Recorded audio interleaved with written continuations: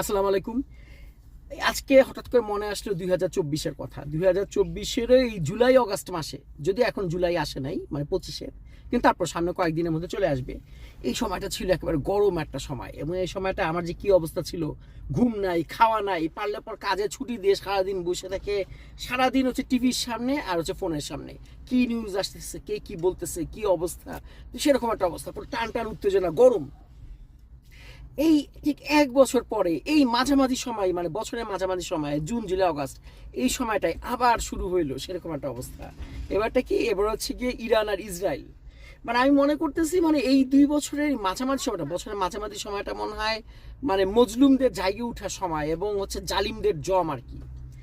এবং এই সময়ও এখন ইসরায়েল মাই খাইতেছে, জালিম দেশটা মাই খাইতেছে, এবং কত যে শান্তি, কি পরিমাণ যে ভালো লাগতেছে, এটা বইলে বুঝানোর মতো না।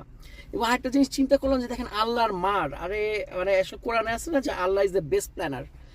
আমরা কি এই 2024-এ ভাবছিলাম যে শেখ হাসিনা এমনি করে পালা যাবে? এটা চিন্তার বাইরে ছিল।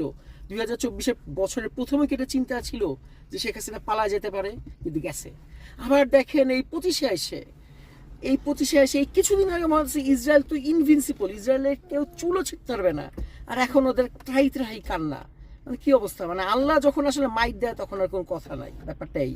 যাই হোক, ইনশাল্লাহ গো ইরান।